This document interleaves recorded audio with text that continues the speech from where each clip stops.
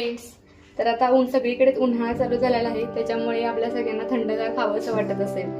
तर आपल्या घरी लहान मुलं असतीलच, तर आपण आज घरच्या घरी फ्रूट आईस्क्रीम बनवणार आहोत. तर तुम्ही हे बघू शकता, टरबूज तुम्हाला तर सगळीकडे अवेलेबल असेलच. तर आता आपण याचा आईस्क्रीम बनवणार आहोत. तर तुम्ही शेवटपर्यंत व्हिडिओ नक्की पहा. आपण याचा आईस्क्रीम बनवणार आहोत. आपल्याला हे सगळ्यात आधी चिरून याच्यातले बिया काढून ना, याचा गर जो आहे तो काढून छोट्या छोट्या पीस मध्ये कापून घ्यायचे आहे.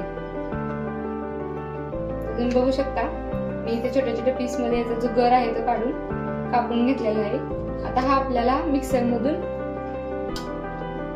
गर कापून घेतलेला आहे. आता आपल्याला मिक्सर मधून सगळे छोटे छोटे पीस आहेत ना, हे मिक्सर मधून फिरवून घ्यायचे. जर गरज असेल तर तुम्ही त्याच्यामध्ये साखरही टाकू शकता. आता हे आपल्याला मिक्सर मधून बारीक करून घ्यायचं आहे.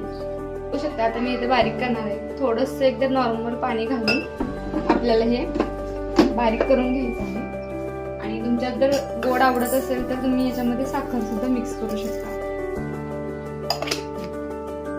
तर तुम्ही बघू शकता, हे खरबुजाचे पीस जे आहेत ना, ते खूप छान असे बारीक झालेले आहेत.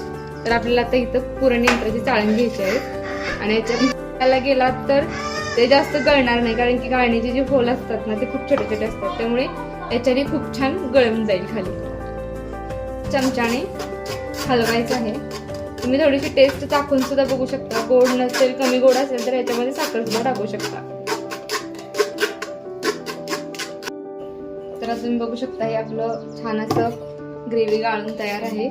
आता माझ्याकडे हे असं आईस्क्रीम ट्रे आहे. तर तुमच्याकडे अवेलेबल नसेल तर तुम्ही आपल्या साध्या ग्लासमध्ये सुद्धा ठेवू शकता. फक्त वरून तुम्हाला प्लास्टिकचा कागद वगैरे काहीतरी किंवा फॉईल पेपरने कव्हर करून ठेवायचं आहे. तर आता आपण याच्यामध्ये हे सगळं बॅटर भरणार आहोत. तर आता आपलं हे सगळं भरून झालेलं आहे. हे ऑनलाईन तुम्हाला भेटून जाईल. तर तुम्हाला हवं असेल तर तुम्ही ऑनलाईन सुद्धा हे घेऊ शकता. आणि हे पूर्ण असं झाक सगळं व्यवस्थित कव्हर करून तुम्हाला एक रात्रभर किंवा जर तुम्ही दिवसा केला असेल तर दिवसभर ठेवून संध्याकाळी खायला घ्यायचं आहे. तर आता आपण हे रात्रभर ठेवणार आहोत. बघू शकता, आपले आईस्क्रीम व्यवस्थित असे फ्रीज झालेले आहेत, तयार झालेले आहेत म्हणून. आता तुम्ही जरी याच्यात केलं, कशातही केलं, ग्लासमध्ये वगैरे केलं तरी तुम्हाला थोडंसं नॉर्मल पाण्यात हे असं डीप करायचंच आहे, जेणेकरून आपले आईस्क्रीम पटकन निघते.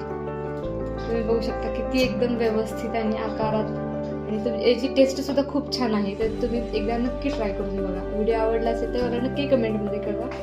आणि लाईक, शेअर आणि सबस्क्राईब नक्की करा. भेटूया पुढच्या व्हिडिओमध्ये. Bye bye.